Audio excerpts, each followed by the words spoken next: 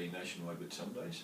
We're in the recruitment mode, and the purpose of giving you this little podcast is we think that you have the attitude and quite possibly the skills, particularly coupled with our system, to have an amazing career in the real estate industry. The market's rising, people are starting to sell more quickly, prices are rising, and it's easier for salespeople to get established in the industry now than it has been in the last 7 years. That, coupled with our success system, a system that we spent the last couple of years developing, will set you up for success. No longer do you just get a desk and a telephone and a handshake and wishing you all the best. Now you have a proven system to establish you in the real estate industry. Why would you want to get established in the real estate industry? Well, I'd encourage you to take a moment or two just to watch the next little video on a wonderful guy called Andrew, a guy just like you and I, or certainly like I, uneducated, was a mechanic, moved into a Toys R Us store, became a real estate salesperson, understood, learnt, worked hard, over the time started to do very, very well. So well, in fact, that he started to write $1 million a year in commission, which is an enormous amount of money. You might think in the Sydney marketplace, but no, in a marketplace very similar to the Whitsundays. He then moved on to owning his own office. So Andrew goes on to say that he thinks two things are needed. One is a great work ethic, and secondly are skills. If you've got the great work ethic, we can show you how to develop the skills through our success system. So confident are we, in fact, folks, that we're prepared to pay double the salary normally offered to a salesperson to join the industry. So that's double you will get anywhere else to come and join PRD Nationwide Whitsundays in this rising market. To do so, we've got an information evening this coming Thursday night. We'd love you to attend, and if you contact our office, ask for Michelle, she'll book you in. Please watch Andrew, and we'd love to see you on Thursday night. Thank you. I mean, this is exciting. Mechanic to $1 million agent at a Toys R Us? Toys R Us. I managed a Toys R Us store for 3 years. Hi everyone, it's Tom Pallas here. I've got Andrew Sorensen with me. This is a raw interview. He's literally walked in 30 seconds ago into the room, and we're going to talk about how this guy he's going to be speaking at AREC 2014. I'm really pumped and excited because this guy here is a good operator. Raynham Hall, Charmhaven? Correct. Okay, so Andrew, just giving your background to how long have you been in real estate? Thanks for the intro, Tom. 12 years now. This year is my 12th year in real estate. I've been in the same office now for going on 10 years. Okay, so same office 10 years. You started off as a salesman there? Yes, started off as a salesman, progressed to a sales manager, got the opportunity to buy into the business, which I did, and then my business partner retired, and now I own the whole lot. Okay, you still sell and list yourself? Predominantly, yeah, I love it. I'm never going to give that away. Yeah. It's the bit I love, getting the deals together, working with people and making clients happy. Okay, you definitely caught my eye because Brioni, that works for News Limited here, said to me, you've got to watch this guy. Andrew has come in and we're doing heaps of pages of advertising. Out of all of a sudden, this office is firing. Yep.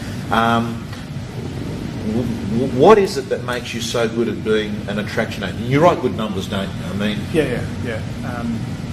Well over 100 sales a year. Over 100 sales a year. You do yourself? Yeah, I've got a team of support, obviously, and to the listeners out there today, I mean, I know this is called the $1 million agent, but for me, when I was meeting people who were writing those $1 million figures, it just didn't add up for my area because our area is much cheaper and commission based. What's the average price? Our average price at the moment is around $330,000, $1,000, not millions, unfortunately. Yeah. When I first started down this process, our average fee was $7,200 per sale.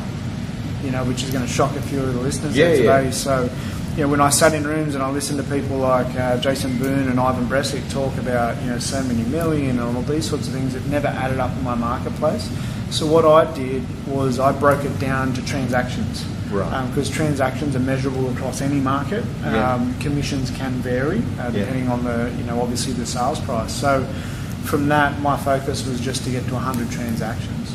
And then when I got to 100 transactions, then I just wanted to get to 110. When I got to 110, I wanted to 120, So for me, it was about building a system which was scalable, that I could actually list property and actually get it sold through in a shorter time period so I could take more to the market and then obviously get closer to that $1 million mark.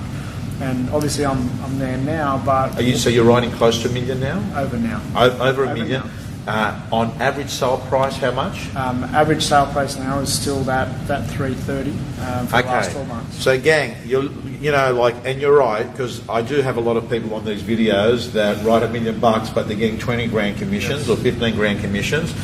So, on $330,000 properties, this guy is writing with his team over $1 million in gross commission, over 100 transactions. Yes.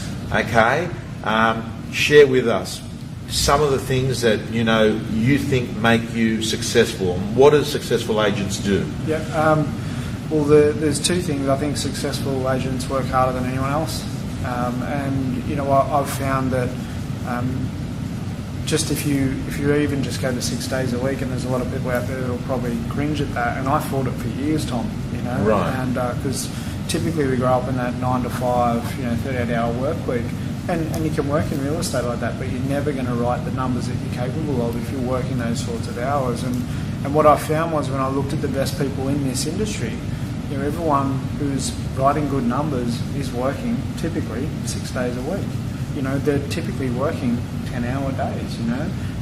They're back on the phones on a Monday morning, and prospecting is a huge focus. The other big thing is VPA and auction. Okay, so I want to talk about those things, because I think if we only had 60 seconds of this interview, summarise, outwork the competition, work 6 days a week, 10 hours a day, prospect on the phones, Monday, be good at getting VPA. Yep. You pretty much summarise it. What sort of hours do you work?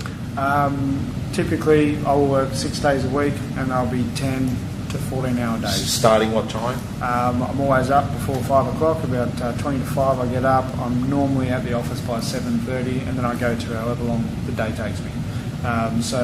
Saturday just gone, I was out putting signs in the ground at 6 a.m. And I didn't get home until 8 p.m.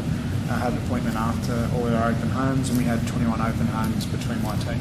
So it was a massive day, but it's about meeting as many people as you can. So if you're asleep or you're having a day off, you're not meeting people. And I think it's about being productive and working hard while you're at work. Yeah. And being productive with your time there. And then when you're not at work, don't be at work. So on Sundays, I'm not at work. Right. Okay. So your team, what does it look like? What does Andrew Sorensen team look like? I have a buyer's agent that just works with buyers for me, and that's Renee Wright. Her role within my team is to literally show as many properties as she can, negotiate offers, and she's very lucky actually, very fortunate. She's at that position where she can negotiate the majority of the deals together, which is great, and then we pull them together at the end. And also have another assistant, which has only just come on in November. So I've been 2 odd years up to that point with one assistant, and that's Louise Greenwood. She's come on, and she now is taking care of all of my administration. So I think as you go around, you probably see that most salespeople have the same weakness, which is paperwork. And my strength is just talking to people. So now, literally, my day exists talking to past clients, potential clients, following up people that I've already met. I don't do any cold prospecting anymore, only people that I've met, and just managing vendors' expectations to help get price in line so we can actually get a sale together for people. Okay, key takeaway point, work to your strengths, outsource and hire to your weaknesses. Correct. And that's what you're doing. You're saying that you're good at the people stuff, you're good at the crucial conversation with vendors, you're good at, bringing on potential vendors closer to you to list with you. And so can I ask, open houses, who goes to those? We all do. Yeah? We all do. So, on the weekend, just gone Saturday, each of my assistants and myself had 7 open homes each. Right. Okay. Is it by yourself you're at an open? Yeah, in our marketplace, we're not overloaded like Sydney. Sydney, I still hear stories of 30s, 50s people through. We just had a record open for our office a weekend ago where we had 28 groups through. So typically how many, Andrew? Between 5 and 10. Right. And I'm happy with that. That's all we need. Yeah. But yeah, typically on a weekend, 5 to 10 through a home is good for our area. Okay, and in terms of like to get to make over 100 sales, you've obviously got to get over 100 listings. Correct. You've got to get heaps. Yep. So typically you'd be listing every month, what, 10, 15? My target's 13. 13? My best month ever was 26. Wow. And they're all auction campaigns. Is it a strong auction office? It is now. Yeah. Yeah. I made the transition back in 2009 when I had a lot of stock in our marketplace and I needed a point of difference. That's actually what started me down the VPA angle. So if there's anyone out there that's looking going, auction doesn't work in our marketplace, you can't get VPA, be careful what you're telling yourself, because that will limit your potential. Right. The moment I said I'm going to give it a crack, our whole marketplace shifted. I am the dominant auction office in the area. And it's not an auction. Traditionally, it's not an auction area, is it? It's not. It's not. We've got one other competition up there, a Ray White office that does auctions, but they're doing a half of the volume that I do. So basically, what I did was just take a different option to the marketplace. And if you want to sell 100 properties, you can't use private treaty. It takes twice as long. You've got to shorten your days on market. Only way to do that is to put it on your time frame. Otherwise, you're running on a buyer's time frame, and that's typically price focused. Right. Okay. Explain to me. Typically, your auction marketing campaigns are how many thousand? 2,000. Look, it's all changing again. I used to, in my marketplace, have no real dramas, getting between 2,000 and 3,000 per property for BPA, and that was with an average sale price of 300,000. Yeah. Average commission of around about 7.5, 7.8 per property. So as a percentage of the property, it was a big investment. That's changed a lot now. I think there's a lot more buyers around. I think the websites have taken a lot of that out of the print media. There's still a place for it. And also in my marketplace now, because the days on market has come down a lot, vendors don't perceive that it's as important as it once was.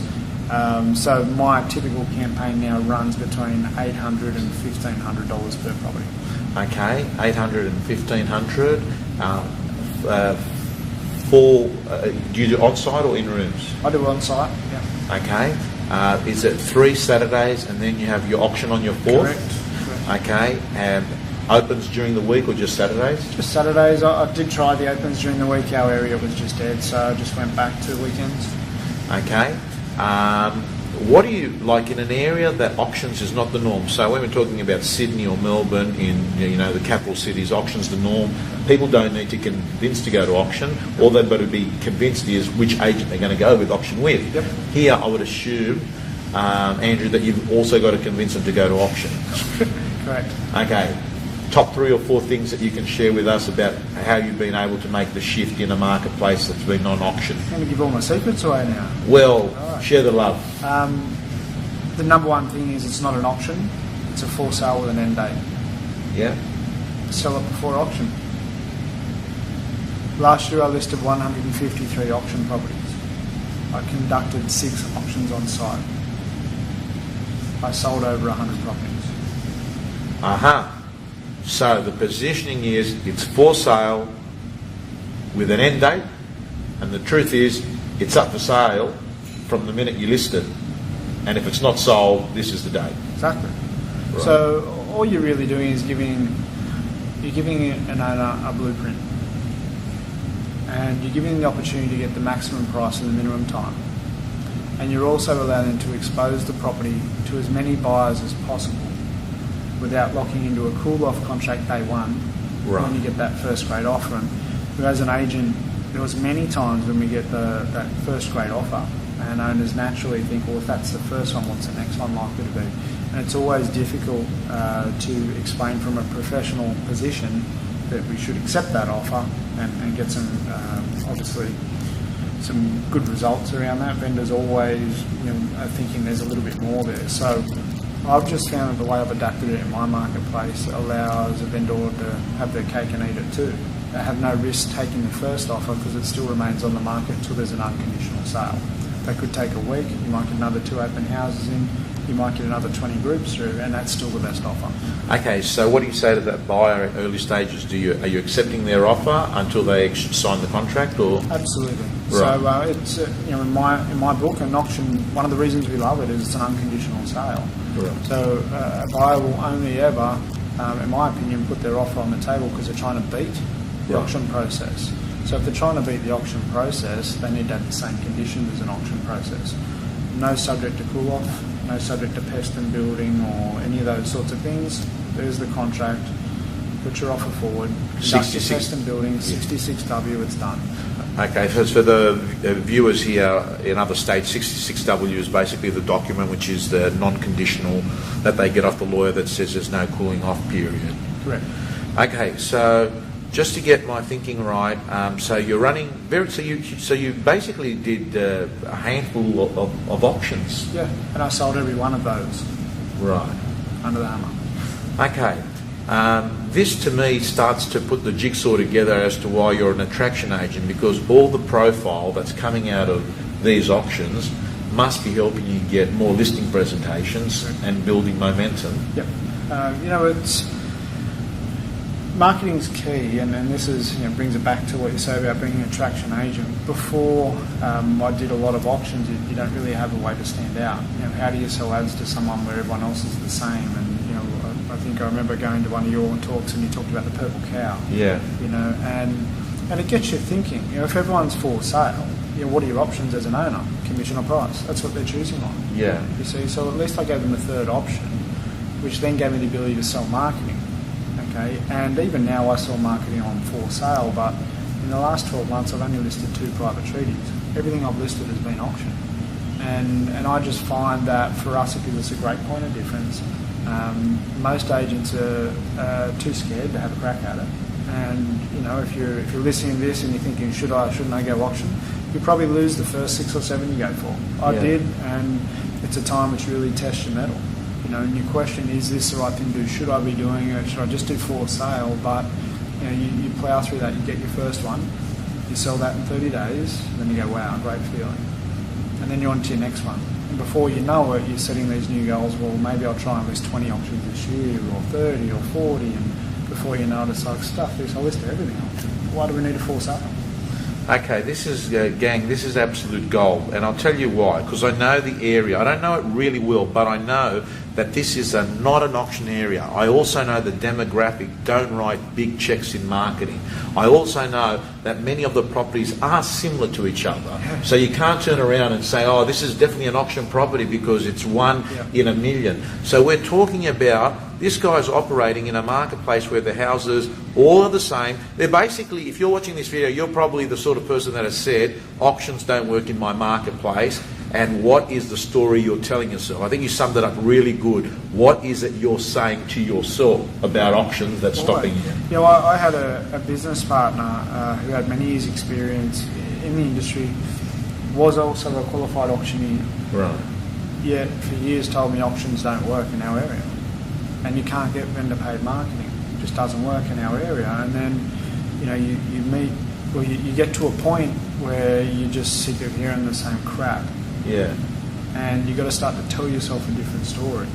And, success does leave clues. You look about the most successful people in our industry, the majority of the stuff they're doing is more than likely auction. Yeah. So there is a connection there between that process and the end result.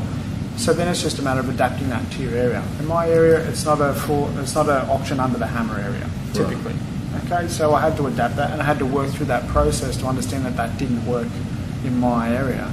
However, with a few little tweaks here and there, by listening to people like yourself and John McGrath and Jason Boone and other great agents in the area, you start to go, oh, okay, I'll give that a try. And before you know it, you put your own formula together that actually works. What I do in my marketplace won't work in Double Bay. Yeah.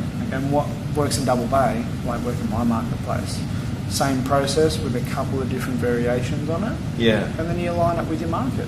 And then it's just a matter of, as with anything, you've got to find what your owners need. Yeah. And then if you can sell to that need, then obviously you're going to have an ability to create an attraction business. Yeah. Our need was nothing was selling. Right. You know, GFC hit 2008. Same story as most of the people out there, I gather, but nothing was selling. So how do you make something stand out in a market where everything looks the same? Change the process. That's all I did. Okay, this is gold, and I'm pretty sure that all this work that you're doing is probably explaining the fact that you've got an ongoing traffic of potential vendors, right? I'd like to talk a little bit about how does Andrew Sorensen get into more doors to do listing presentations? More work. More work. More work. It's that simple. You know, I've got good trainers, obviously, that I've used. You're a big believer in training. I do, mate. Okay, so you're a big believer. The next thing is that you work long and hard. What's your prospecting look like? What does prospecting look like for you when I say the word prospecting? Well, today it's a Monday. So Monday started for me at 7:30 this morning, and I've called all the buyers that I met on the weekend back by today was about 10 o'clock. So I've done all of that. Then I have... you call back their work numbers or mobiles or... Any number of guys. Yeah. You know, if I don't get them, I'll leave a message, and then I'll do that again tomorrow. So I'll call all the people tomorrow that I didn't get through today. Andrew, what's the short version of the conversation? You came through Smith Street and... Yeah, look, it's just Andrew from Rain and Horn, can you talk? You came through Smith Street yesterday, or on Saturday at our open home, just wondering if you have any further interest in that home. Right. Yes or no, and then you just take the conversation from there, obviously, and every conversation is slightly different, and there's a number of variations on that technique. Do you do the callbacks or your buyer's agent? We all do. We all do, because I think it's important, and you know, when we make those calls, I just want to be first. Right. You know, I want to be first to make that contact, because that buyer may be a seller, they may be going to other opens. At the moment, we're dealing with a lot of investors, and I think, you know, people respect hard work and they like people to be keen for their business. So even if they're buying off of someone else, a lot of the time I'm picking up the leasing side of things and management for their property. Right. Because we're keen, we're professional, we're there first. When half the time in our area, the other agents don't ring. Because there's that much abundance of people around, they know they're going to sell a house eventually, so why do they need to make the call? Right. You know, so I just think it's an attitude about, are you working today, or are you building a business for tomorrow? And for me, I've always been about building that business for tomorrow, so it's about the relationship. So when you talk about what's my prospecting look like, I don't do cold prospecting anymore. The only people I talk to are people I've already met face to face. Okay, and most of those would be people from open houses? Open houses, past clients, referrals from people that I've sold for or that bought through me, or I manage their property, landlords, people I meet at the shops. You know, you walk around just with a Rain and Horn logo on, and they, oh, are you that guy? And obviously profile through the newspaper and things like that, people start to recognise the name as well. But I've been doing this 10 years now, so it's sort of all happening in the last 4 when the profiles started to build through the auction profiles. Right. Okay. Vendor management with all your listings being auction listings, do you send them a report, or do you have face-to-face meetings? How do you manage vendors throughout? Yeah, it's amazing. It changes over the years. When I first started, my goal was to have 4 auctions a month. Right. So I could do the face-to-face meetings and all those things. And then before you know it, I got ahead of myself and I was listing 8 a month. And then I was like, oh crap, I can't keep up this amount of contact. So now what I do is pretty straightforward. Obviously, you call them after every inspection. That goes without saying, be it private treaty or auction. Each Thursday, I'll catch up with them on the phone for a brief chat, no longer than 2, maybe 3 minutes, depending on their needs, and I'll just talk about what's happening with the property, how many inspections they've had, how many second inspections, how many contracts are issued, any offers, positive, negative, and then a bit of a roadmap as to where to from here. And I do that every Thursday. That goes out in a written format as well, so they've got it on record, and then I can refer back to that in the next conversation. So from the weekend, I have a couple of properties that I didn't auction, I withdrew. From today, we're already negotiating on that. But we knew which price we're going to be at, because all the way through, we're just listening to the buyer feedback, communicating that through to the owner. And I believe as an agent, it's our job to be in the middle. We're a mediator.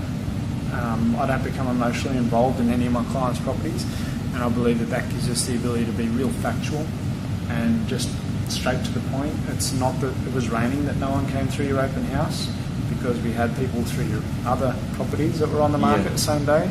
It's literally your price, or it's your presentation, or it's the position. You know what I mean? So, are you good at vendor management? I think so. Yeah. Yeah, I do it a lot. Yeah. So you're comfortable being detached and not getting caught up in that, emotional conversation, which I think a lot of people, Andrew, they're too scared to tell vendors the truth. Well, that's why they hire us, Tom. They hire us because we're not as close as they are. So when that great offer comes in, we don't panic. We manage it and we get the very best price that we can.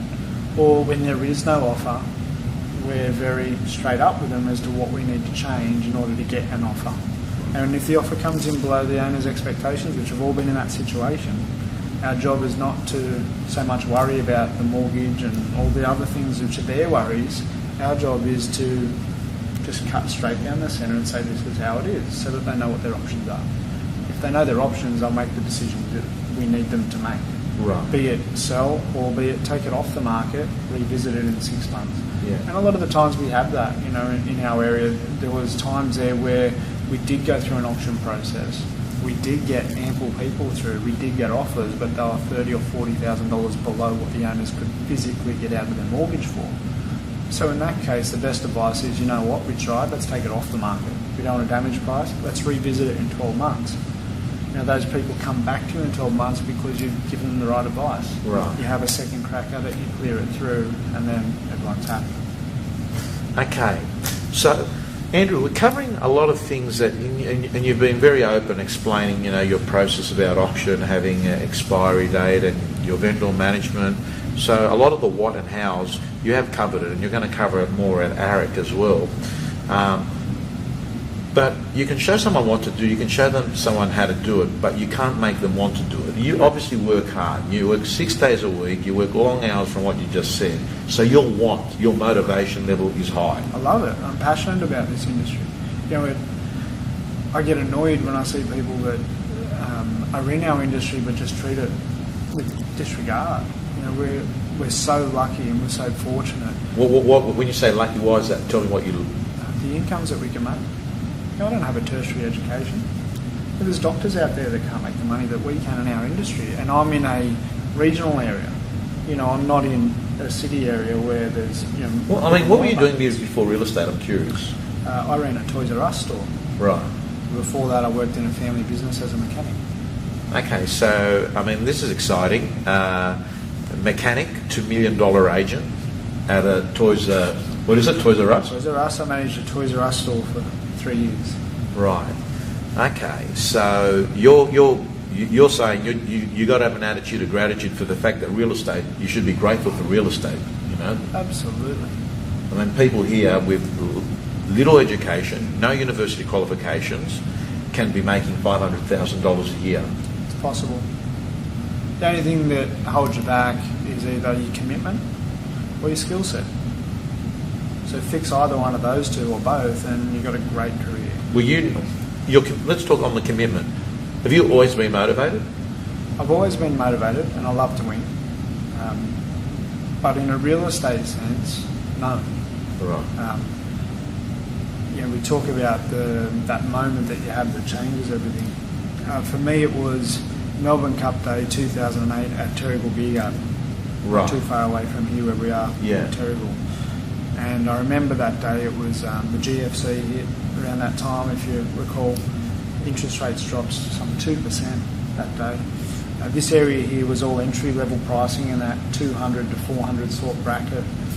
I had 113 listings on my books that I couldn't sell because no one was buying, and they doubled the first home buyer grants and all those things. And I remember thinking, if I'm going to be good at this, if I'm going to have a crack, it doesn't get any better. I've got all this stock, I've got all these incentives in my marketplace, I've just got to work hard.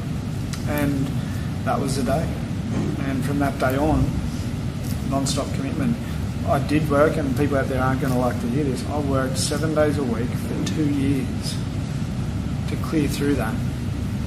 And I learned a lot, worked hard, and I started to get ahead of things, get some mortgage debts paid off and all those sorts of things. There was a lot of commitment, but you're kidding yourself if you think you just put on an assistant and hey, now you're writing big bucks.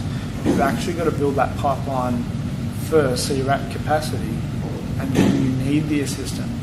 And then a lot of the people I saw who put on assistants, they actually then back off because they think, we've got someone else now. you've actually then got to go double hard. So then you're both at capacity. When you get up to capacity, that's when you can actually back off. Okay, so I worked 7 days a week for 2 years, worked my absolute backside off. I only had, the basic public holidays off that year, those 2 years. Then when I got my assistant, Renee, she was brilliant, and I got lucky there, and I got really lucky there. She's brilliant. But she allowed me to then go to the next level. So all I then had to do was focus on listing, and she focused on selling, and she's quite capable. So then I was able to double the amount of listings I could bring on. So then you work extra hard again, but then when you change it to an auction, you're then planning. So I could plan to have time off. Yeah. So the first year when I had an assistant, I actually dropped back after about 3 or 4 months once we figured out how we both worked together, because it's all new to me. No one in my area's had an assistant before. I had no one to go to. Just great people like Jason Boone, who I'll be forever indebted to. He's help just me a out nice lot, person. And then when we backed off, after about 3 months, I was able to back off and take Sundays off. So I got back to 6 days a week and still be strategic about your holidays, like take a long weekend around Easter, and I was still building the business, you see. And then that year I actually was able to have 3 weeks off at Christmas. The second year we worked together, still doing the same 6 days a week. I had 5 weeks off across the year. And then my business partner retired, and I had a lot of restructuring, so the last 12 months I haven't had as much time off. But now with an extra assistant again, and that structure of just auctions coming through, you're working in cycles all the time. So you can actually plan and structure your time off as well as your listing cycles. And you're forced to, because a private treaty comes on, and then when does it sell? Yeah. When it sells. An auction comes on, when does it sell? And it's selling in 4 weeks. Yeah. If I haven't sold it in 6, it's not saleable. See you later. And that's how I was able to structure better time off for me and a better work-life balance. But, I interview people, people come to me looking for work now and wanting to join us, and I think one of the best questions I can ask them is, what do you think real estate is? I think a lot of people think real estate is driving around in a flash car and in other people's houses and making mega bucks. There's a lot of hard work that goes into it before you're even close to that level, and I think people just need to be realistic. It's all good and well learning little things that I can possibly teach you today, or that you'll learn, and you go into training courses all the time and tell people what to do, but knowing what to do and actually doing it are two different things. Yeah.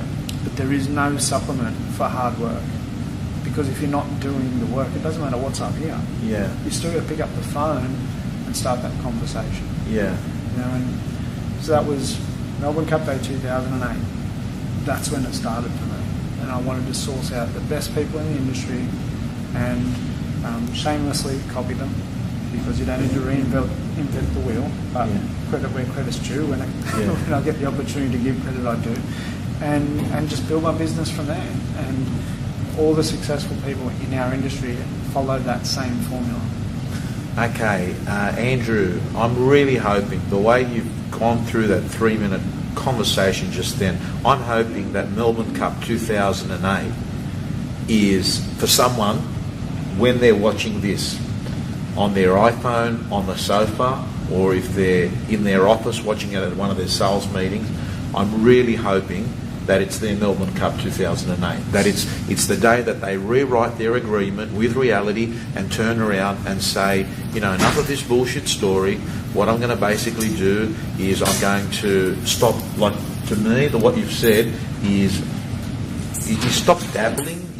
I'm in 120%. It's not just, you really got, absolutely committed in it. And I'm really hoping that that's the case. Andrew, one final question.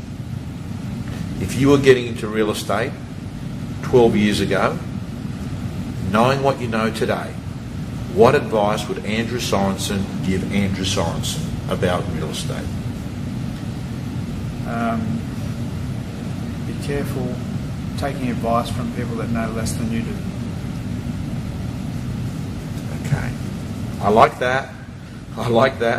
I've actually said once on social media, beware of listening to the agent who's never listed or sold, the marriage counsellor on their 10th divorce, the financial planner who's broke that makes money out of selling people financial courses, or the overweight personal trainer.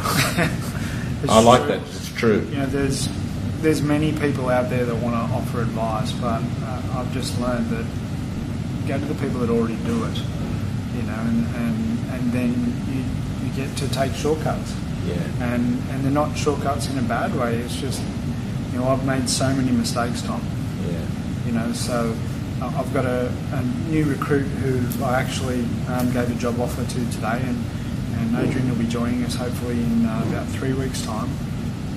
And he knows nothing about our industry, but, you know, what I've learned in the last 4 years, I can condense down into 12 months for a new recruit.